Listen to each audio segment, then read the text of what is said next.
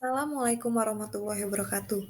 Pada kesempatan kali ini, saya akan menjelaskan tentang pengembangan wilayah berdasarkan paradigma Keynesian dari mata kuliah Perencanaan Wilayah PL 3204. Sebelumnya, izinkan saya memperkenalkan diri. Nama saya Dira Linda dengan NIM 120220038 dari kelas RC, dengan dosen pengampu yaitu Bapak Hasin STMT, Ibu Nela Agustin Kuryaningsi STMT, dan Bapak Yuda Rahman STMT. Untuk outline yang akan saya sampaikan pada kesempatan kali ini yaitu yang pertama, apa itu teori Keynesian, yang kedua sejarah dan perkembangan teori Keynesian, yang ketiga pokok pikiran teori Keynesian, yang keempat pembangunan dan kebijakan, yang kelima yaitu studi kasus. Masuk ke outline yang pertama yaitu teori Keynesian. Keynesianisme atau ekonomi Keynesians atau teori Keynes adalah suatu teori ekonomi yang didasarkan pada ide ekonom Inggris pada abad ke-20, John Maynard Keynes. Pada teori ini mempromosikan suatu ekonomi campuran, di mana baik negara maupun sektor swasta memegang peranan penting. Ekonomi Keynesian adalah berbagai teori makroekonomi tentang bagaimana dalam jangka pendek dan terutama selama resesi output atau pendapatan ekonomi suatu wilayah sangat dipengaruhi oleh permintaan agregat baik dari dalam wilayah maupun dari luar wilayah.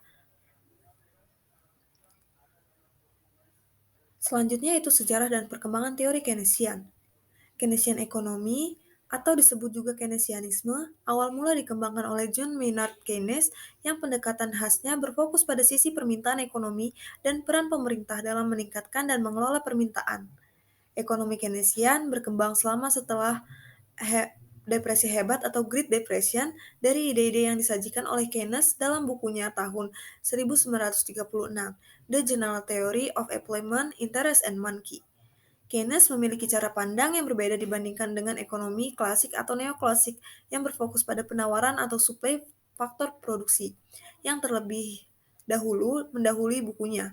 Ekonomi Keynesian telah banyak digunakan sebagai model ekonomi standar di negara-negara maju selama dan sesudah Great Depression atau Depresi Hebat, Perang Dunia II, dan ekspansi ekonomi pasca perang tahun 1945 sampai tahun 1973. Meskipun kemudian kehilangan beberapa pengaruh setelah guncangan minyak bumi dan terjadinya stagflasi tahun 1970-an, munculnya krisis keuangan global tahun 2007 sampai 2008 menyebabkan kebangkitan dan pemikiran Keynesian yang berlanjut sebagai ekonomi Keynesian baru. Yang kedua yaitu pokok pemikiran teori Keynesian. Yang pertama ada teori basis ekspor. Teori basis ekspor menekankan pada sisi permintaan, artinya perbedaan pertumbuhan wilayah ditentukan oleh perbedaan wilayah dalam pertumbuhan ekspor barang dan jasa yang dijual di luar wilayah atau di luar negeri. Yang kedua ada teori sirkuler dan kausal kumulatif, di mana akar dari konsep ini terdapat pada Thorstein Veblen pada saat ia mengkaji tentang evolusi kelembagaan. Yang ketiga itu ada teori pusat pinggiran. Teori ini menjelaskan bahwa polarisasi pertumbuhan ekonomi dapat menimbulkan efek penyebaran pembangunan yang bersifat menguntungkan dan merugikan bagi daerah di sekitarnya. Yang keempat yaitu ada teori kutub pertumbuhan. Teori kutub pertumbuhan mengacu pada sebab akibat kumulatif juga, khususnya hubungan potensial antara industri penggerak yang mampu menghasilkan pertumbuhan yang diinduksi melalui hubungan antar industri baik dari belakang maupun dari depan. Selanjutnya itu ada pengembangan wilayah dengan pendekatan Keynesian. Yang pertama ada pembangunan wilayah, upaya yang memerlukan intervensi pemerintah atau upaya pembangunan yang tidak dijelaskan pada mekanisme pasar dalam rangka mengurangi kesenjangan atau disparsitas wilayah atau dalam rangka mencapai pembangunan antar wilayah yang seimbang. Yang kedua yaitu kebijakan proaktif di tingkat wilayah, yaitu kebijakan proaktif dapat bisa lebih menantang dalam hal kesulitan secara politis untuk mendapatkan persetujuan dari pengambil keputusan kebijakan untuk berkomitmen dalam mendukung dengan anggaran dan sumber daya yang ada untuk mengatasi masalah yang belum terjadi. Yang ketiga itu ada investasi publik pada infrastruktur, yaitu sebuah penelitian mengungkapkan bahwa terdapat hubungan kontribusi yang sangat signifikan antara investasi publik terhadap pertumbuhan ekonomi. Berikut terdapat kebijakan pembangunan wilayah. Yang pertama yaitu ada bantuan wilayah secara ekstensif, yang kedua yaitu bantuan otomatis atau subsidi modal dan tenaga kerja secara otomatis sampai dengan pembangunan kawasan-kawasan industri yang bisa menggerakkan efek berganda. Selanjutnya ada studi kasus mengenai teori Keynesian yang berhubungan dengan dampak COVID-19 di Indonesia. Teori Keynes, fakta konsumsi menjawab di tengah pandemi COVID-19. Teori Keynesian adalah suatu nama teori ekonomi yang diambil oleh John Maynard Keynes, seorang ekonomi Inggris yang hidup antara tahun 1883 sampai 1946. Beliau dikenal sebagai orang pertama yang mampu menjelaskan secara sederhana penyebab dari Great Depression. Teori ekonominya berdasarkan atas hipotesis siklus arus uang yang mengacu pada ide bahwa peningkatan belanja atau konsumsi dalam suatu perekonomian akan meningkatkan pendapatan yang kemudian akan mendorong lebih meningkatnya lagi belanja atau pendapatan. Pada teori Keynes, konsumsi yang dilakukan oleh suatu orang atau dalam perekonomian akan menjadi pendapatan untuk orang lain pada perekonomian yang sama.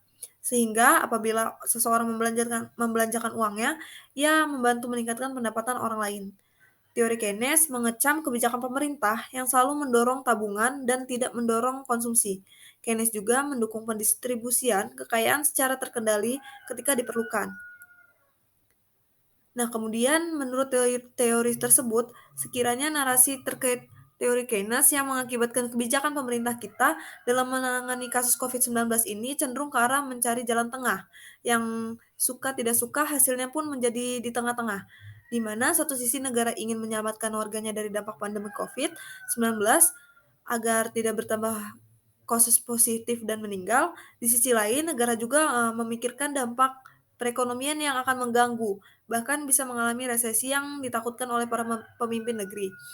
Apabila negara secara tegas menutup semua akses pergerakan aktivitas manusia dengan memberikan asupan ekonomi yang cukup kepada seluruh rakyat Indonesia. Tetapi sepertinya tidak akan mungkin cukup dan berdaya karena kemampuan moneter kita jauh dari kata cukup menurut Sri Mulyani. Akibat dari penyakit virus corona di Tiongkok. Laju pertumbuhan ekonomi Indonesia diprediksikan berada di bawah 5%. Bahkan Sri Mulyani mengakui laju pertumbuhan ekonomi di Indonesia pada kuartal pertama akan melambat di bawah 5% akibat wabah virus corona di Tiongkok. Kondisi tersebut juga sudah dilaporkan ke Presiden Joko Widodo, ungkapnya. Ini menjadi sinyal merah yang buruk bagi perekonomian kita yang pastinya jangan sampai terjadi yang dikatakan oleh Keynes yaitu terjadi Great Depression.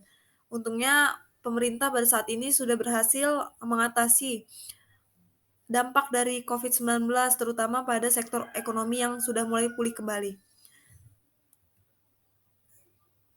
Mungkin sekian yang dapat saya sampaikan pada kesempatan kali ini.